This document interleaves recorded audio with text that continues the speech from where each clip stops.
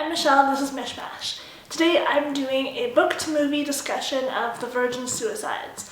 The book was written by Jeffrey Eugenides and the movie was released in 1999 and written and directed by Sofia Coppola.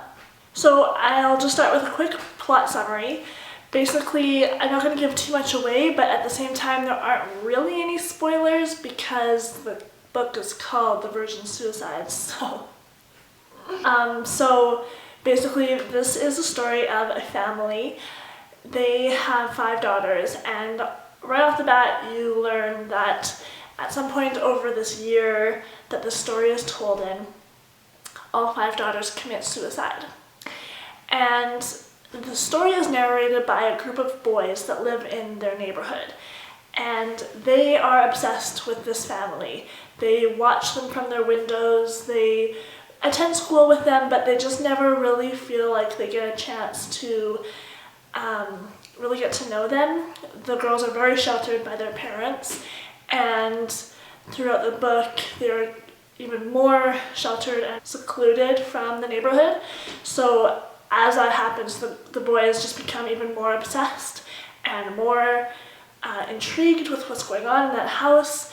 And it starts out with the youngest daughter, Cecilia. She attempts suicide and tries again a few weeks later and goes through with it.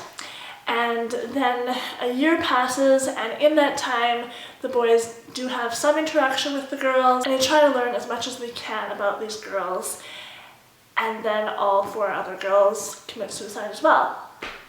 So you would think that this would be a very sad, depressing book, and it is, but not in the way that you would think. It's more a look at this obsession, and you as the reader, in the brains of these boys, start to become so intrigued with these girls, and what is it about them that's so intriguing and interesting and magnetic almost. But similar to the boys, you never really get in. You don't get into that house very often, you don't get into those brains of the girls, and you don't get to see ever why they committed suicide or what it was like to live in that home with those parents or anything like that, which is strange as a reader.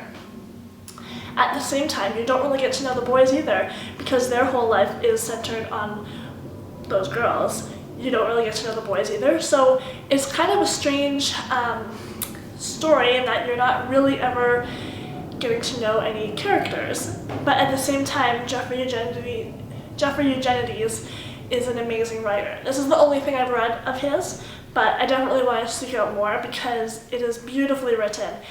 Despite being about such a heavy, depressing topic, there's even parts that are funny, there's parts that you can really identify with as a teenager.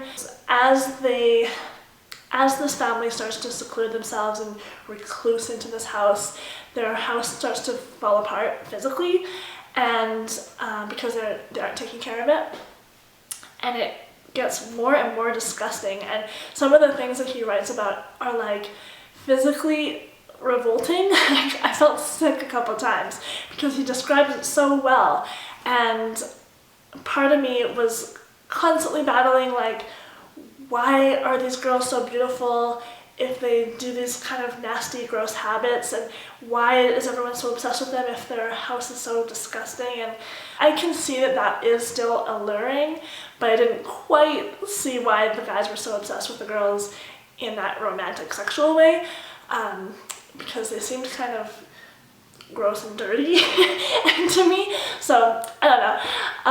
But that was one thing that made me not really like the book, but that shows how good the writing is at the same time, if you know what I mean.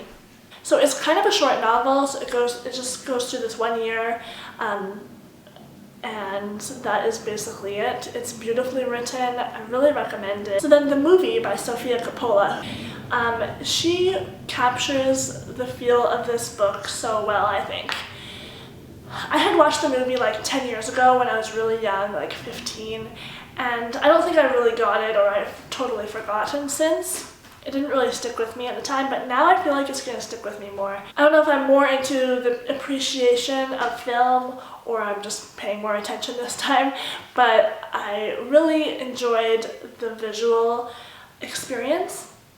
And I thought it stayed quite true to the book, actually. There's a few things missing and a couple differences, but overall there was direct lines from the book. It really stuck directly to the book. So I really recommend, if you've read the book, to watch the movie, and if you want to watch the movie, I would say read the book first.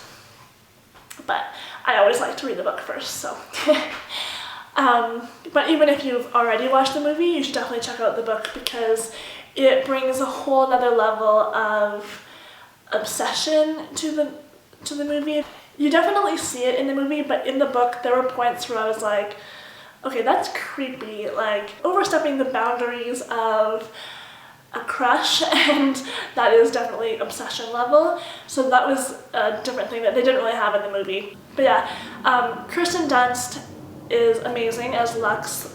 She definitely has that thing about her, that magnetism that made me more understand why the guys were so obsessed with her, and all of the girls, they were really beautiful, and I don't think they were described as beautiful in the book, but they weren't really ever described in other ways, as like dirty hair and they weren't showering and stuff like that, so they didn't really seem as beautiful in the book as in the movie, so I did like that. So I think that's kind of all I have to really say. I really recommend it. I gave the book a 4 out of 5 stars and I really enjoyed the movie. Let me know if you've seen this movie or read this book or both, and let me know what you thought, if you agree with my thoughts or not. I'd love to have a discussion about this in the comments below. Thank you so much for watching, and I'll see you later.